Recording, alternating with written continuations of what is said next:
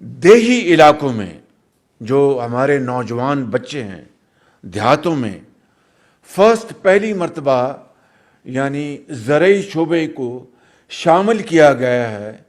ان نوجوان بے روزگار بچوں کے لیے زرعی شعبے میں جو کام کرنا چاہیں گے ان کو قرضے دیے جائیں گے 50 ارب روپے کے. اس کے لیے حکومت پاکستان 6 ارب 40 کروڑ روپے کی جو ان کے اوپر مارک اپ ہوگا یا جس کو آپ انٹرسٹ کہتے ہیں اس میں گورنمنٹ پاکستان سبسڈی دے گی. جو ڈی اے پی یہ جو بنتی ہے اس کے لیے حکومت سستی گیس مہیا کرتی ہے. آپ کے علم میں ہے نا یہ بات, سستی گیس دی جاتی ہے اور وہ کھاد بناتے ہیں.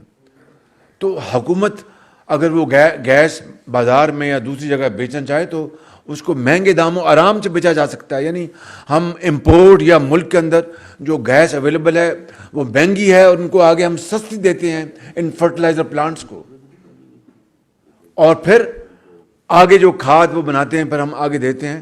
تو سستی گیس وہ لے رہے ہیں, بے پناہ سستی.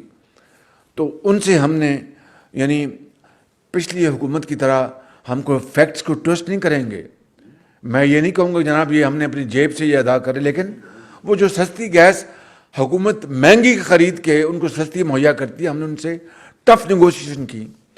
لہٰذا ان سے نیگوشیشن کرنے کے بعد 2500 روپے فی بوری ڈی اے پی کی قیمت ان سے کم کروائی گئی ہے, جو کہ تقریباً 58 ارب روپے کی لاگت ہے, جو کہ اب کسانوں کو اس کا فائدہ ہوگا جب وہ ڈی اے پی استعمال کریں گے. اور پہلے تقریباً آپ جانتے ہیں 14,000 روپے تھی, اب 11,250 روپے فی بوری ہوگی. اور انشاءاللہ یہ اب اس پہ یہ قیمت دی جائے گی.